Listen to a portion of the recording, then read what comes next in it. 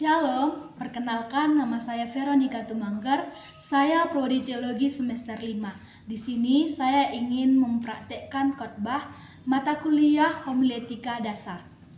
Sebelum kita mendengarkan khotbah kita pada pagi hari ini, kita bersatu di dalam doa. Kembali kami mengucap syukur Tuhan atas berkat dan kasih karunia yang Kau berikan kepada kami pada pagi hari ini. Tuhan, sebentar lagi kami akan mendengarkan sebagian dari firman-Mu.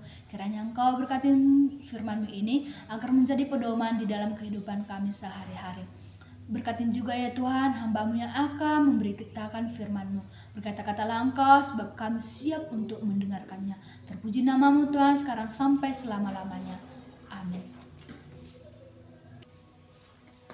Saudara-saudara yang terkasih di dalam nama Tuhan Yesus Kristus, firman Tuhan yang menyapa kita pada pagi hari ini terambil dalam Yeremia 29 ayat 11 sampai dengan 14. Saya ulangi, Yeremia 29 ayat 11 sampai dengan 14. Saya akan membacakannya bagi kita semua. Saudara dapat mengikutinya di dalam hatinya masing-masing. Beginilah bunyi firman Tuhan. Sebab aku ini mengetahui rancangan-rancangan apa yang ada padaku mengenai kamu, demikianlah firman Tuhan, yaitu rancangan damai sejahtera dan bukan rancangan kecelakaan, untuk memberikan kepadamu hari depan yang penuh harapan. Dan apabila kamu berseru dan datang untuk berdoa kepadaku, maka aku akan mendengarkan kamu. Apabila kamu mencari aku, kamu akan menemukan aku. Apabila kamu menanyakan aku dengan segenap hati, aku akan memberikan kamu menemukan aku. Demikianlah firman Tuhan. Dan aku akan memulihkan keadaanmu dan akan mengumpulkan kamu dari antara segala bangsa dan dari segala tempat kemana kamu telah kucerai-beraikan. Demikianlah firman Tuhan, dan aku akan mengembalikan kamu ke tempat yang ada di mana aku telah membuang kamu. Saudara-saudara, tema kita pada pagi hari ini yaitu Tuhan mengatur masa depan umatnya. Apa saudara-saudara? Ya, Tuhan mengatur masa depan umatnya. Saudara-saudara, hidup yang kita jalani saat ini seringkali dipenuhi oleh berbagai tekanan dan kekhawatiran. Tidak sedikit dari kita yang memikul beban berat karena keadaan ekonomi yang tidak menentu, harga-harga kebutuhan yang semakin meningkat, pekerjaan yang tidak stabil, serta masalah dalam keluarga yang semakin tidak kompleks. Perubahan yang terjadi begitu cepat dalam dunia modern yang membuat banyak orang merasa kehilangan arah dan kepastian. Kita seakan-akan berjalan di dalam tengah kabut tebal yang menutupi masa depan kita. Situasi seperti ini sering membuat kita bertanya, apakah masih ada harapan? Apakah Tuhan melihat apa yang kita alami? Dalam kondisi seperti ini, banyak orang mulai merasa bahwa Tuhan tidak mengerti apa yang dirasakan umatnya. Mereka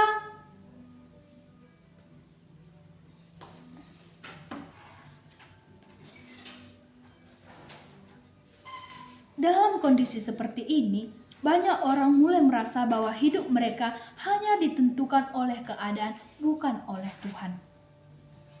Keadaan ini mirip dengan apa yang dialami bangsa Israel ketika mereka di tanah pembuangan Babel. Mereka kehilangan tanah air, kehilangan rasa aman, kehilangan kebebasan, dan justru dalam situasi seperti ini, itulah Tuhan berbicara melalui Nabi Yeremia dan memberikan sebuah janji yang sangat indah. Tuhan tidak pernah berpangku tangan terhadap umatnya, namun Ia hadir ketika melihat dan mengetahui pergumulan mereka dan memberikan firman-Nya menguatkan. Janji ini menegaskan bahwa Tuhan selalu menyertai umatnya bahkan di saat keadaan yang sulit. Melalui dengan firman ini, Tuhan ingin agar kita memandang masa depan dengan keyakinan, bukan dengan rasa takut. Dalam konteks seperti ini, saya ingin mau bertanya, kita boleh menanyakan di dalam hati kita masing-masing. Apakah apa yang ingin Tuhan sampaikan kepada kita melalui janjinya dalam Yeremia 29 ayat 11 sampai dengan 14. Untuk menjawab itu, mari kita bersama-sama menggali bagaimana Tuhan menepati janjinya. Ada 3 poin penting yang boleh kita terapkan di dalam kehidupan kita masing-masing. Yang pertama itu, Tuhan memiliki rencana yang baik. Kita dapat melihat dari ayat 11. Di mana saudara-saudara, Tuhan memiliki rencana yang baik atas hidup kita. Alkitab berkata, sebab aku ini mengetahui rancangan-rancangan apa ada padaku mengenai kamu.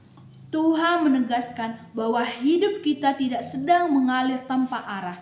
Ia tidak membiarkan kita berjalan tanpa tujuan. Rencana Tuhan ditetapkan dengan maksud yang jelas sebelum kita ada. Tuhan sudah mengetahui tujuan hidup kita. Tidak ada hal yang terjadi secara kebetulan. Setiap proses, setiap perjalanan, setiap pergumulan, semua itu berada dalam kuasa dan pengetahuan Tuhan. Selain itu, saudara-saudara, rencana Tuhan adalah rencana yang mendatangkan damai sejahtera, bukan bencana. Seringkali manusia salah memahami Tuhan ketika menghadapi masalah. Kita mengira bahwa Tuhan sedang menghukum, Tuhan sedang menjauh, atau Tuhan tidak peduli. Tetapi firman Tuhan pada hari ini mengatakan bahwa Tuhan memiliki rancangan untuk kita dan menenangkan kita dan menguatkan kita. Damai sejahtera itu bukan berarti hidup tanpa masalah, namun damai sejahtera yang membuat kita tetap teguh meski badai menerpa kita. Poin yang kedua yaitu Tuhan mengundang kita untuk mencarinya. Kita dapat melihat di ayat 12 sampai dengan 13. Kebenaran kedua ini adalah bahwa Tuhan mengundang kita untuk mencarinya. Tuhan tidak hanya memiliki rencana, tetapi Ia ingin terlibat dan berjalan bersamanya dalam rencana tersebut. Ayat 12 mengatakan bahwa kita harus datang kepada Tuhan dan berdoa. Tuhan rindu agar kita menggandengnya dalam setiap kondisi hidup kita. Ketika kita menghadapi persoalan, Ia ingin kita berbicara kepadanya, bukan hanya ketika kita membutuhkan pertolongan, tetapi setiap saat.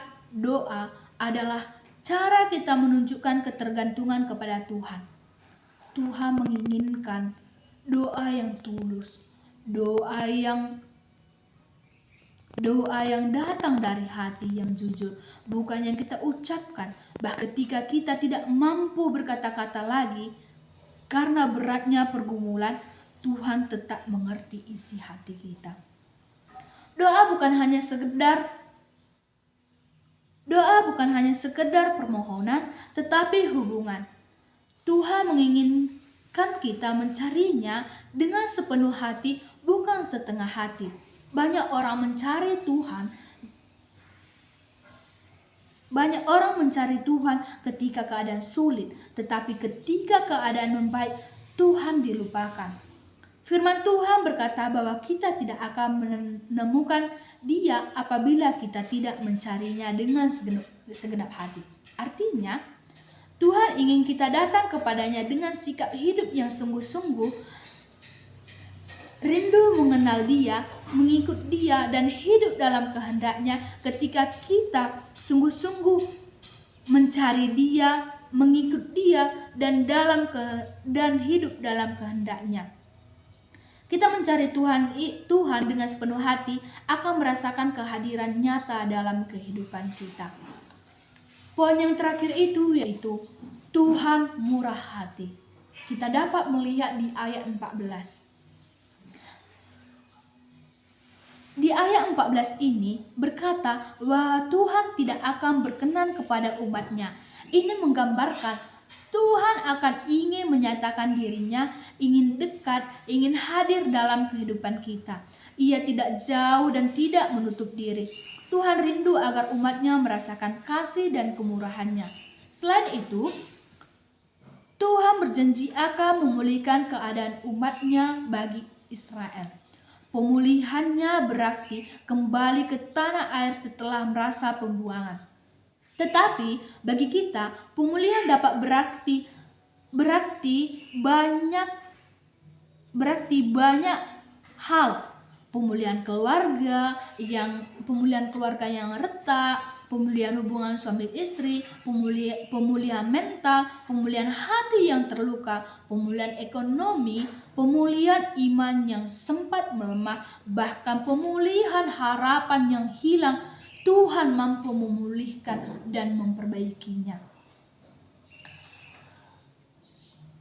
Tidak ada keadaan yang terlalu sulit bagi Tuhan, dan lebih dari itu, Tuhan mengarahkan hidup kita kembali kepada rencananya semula.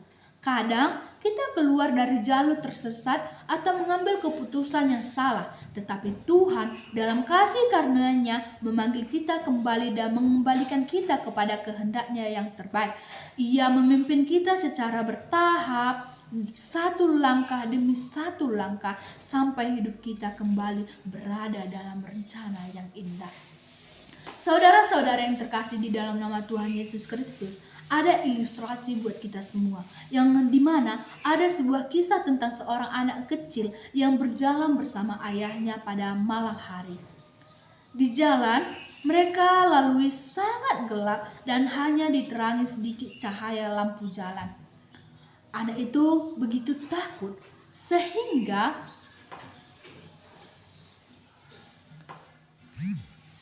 Anak itu begitu takut sehingga ia bertanya kepada ayahnya, "Ayah, apakah kita akan tersesat? Kita tidak bisa melihat apa yang ada di depan kita." Ayahnya menjawab dengan lembut, "Nak, kamu tidak perlu melihat seluruh jalan. Pegang saja tangan ayah. Selama kamu berpegang pada ayah, kamu tidak akan tersesat." Anak itu akhirnya merasa tenang, bukan karena menjadi lebih terang, tetapi karena ia percaya kepada ayahnya. Saudara-saudara, hidup kita seringkali seperti berjalan di jalan gelap. Kita tidak melihat masa depan kita. Kita takut, kita cemas, tetapi Tuhan berkata, "Pegang tanganku, aku akan menuntun kamu." Kita tidak perlu mengetahui seluruh jalan yang kita perlu, kita tidak perlu mengetahui seluruh jalan, tetapi yang hanya kita perlukan mempercayai Tuhan yang memegang masa depan kita. Nah, saudara-saudara, kesimpulan yang dapat kita ambil dari khotbah kita pada pagi hari ini yaitu mengingatkan kita bahwa Tuhan memiliki rencana yang baik atas hidup setiap orang percaya. Ia mengundang kita untuk datang kepadanya, mencarinya dengan sungguh-sungguh dan menyerahkan hidup sepenuhnya kepada Tuhan. Tuhan berjanji untuk memulihkan keadaan pada waktunya. Karena itu, meskipun masa depan tampak samar, kita dapat berjalan dengan keyakinan bahwa Tuhan menguasai segala sesuatu. Masa depan kita aman dalam tangan Tuhan yang penuh kasih. Melalui firman ini, kiranya firman ini meneguhkan dan menguatkan kita untuk terus berjalan dan berharap kepada Tuhan.